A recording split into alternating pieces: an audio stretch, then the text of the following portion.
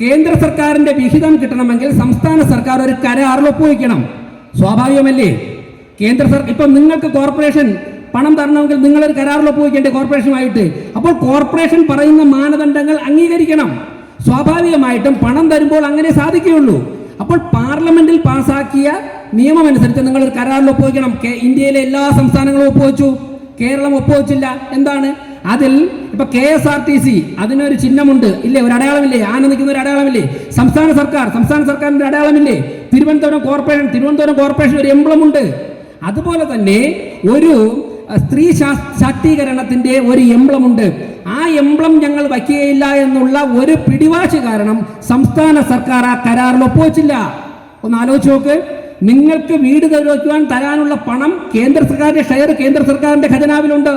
സംസ്ഥാന സർക്കാരിന് തരാനുള്ള പണം ഞാനും നിങ്ങളും നികുതി കൊടുക്കുന്ന പണം സംസ്ഥാന സർക്കാരിന്റെ ഖജനാവിലുണ്ട്. തിരുവനന്തപുരം കോർപ്പറേഷന് നിങ്ങൾക്ക് തരുവാനുള്ള ഷെയർ തിരുവനന്തപുരം കോർപ്പറേഷന്റെ ഖജനാവിലുണ്ട്.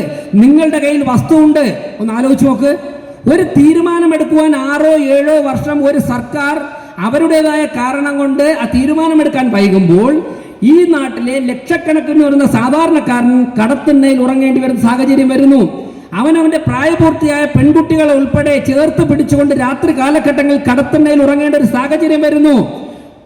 BJP നേതൃത്വം കൊടുക്കുന്ന, നരേന്ദ്രമോദി നേതൃത്വം കൊടുക്കുന്ന കോർപ്പറേഷന്റെ ഒരു ഭരണസമിതിക്ക് അത് കണ്ടുകൊണ്ടൊരു ദിവസം പോലും മുന്നോട്ട് പോകുവാൻ സാധിക്കില്ല എന്നുള്ള ഉറച്ച തീരുമാനത്തിന്റെ അടിസ്ഥാനത്തിലാണ് നിങ്ങൾക്ക് വീട് തരണമെന്നുള്ള നടപടികളുമായി ഞങ്ങൾ മുന്നോട്ട് പോയത്.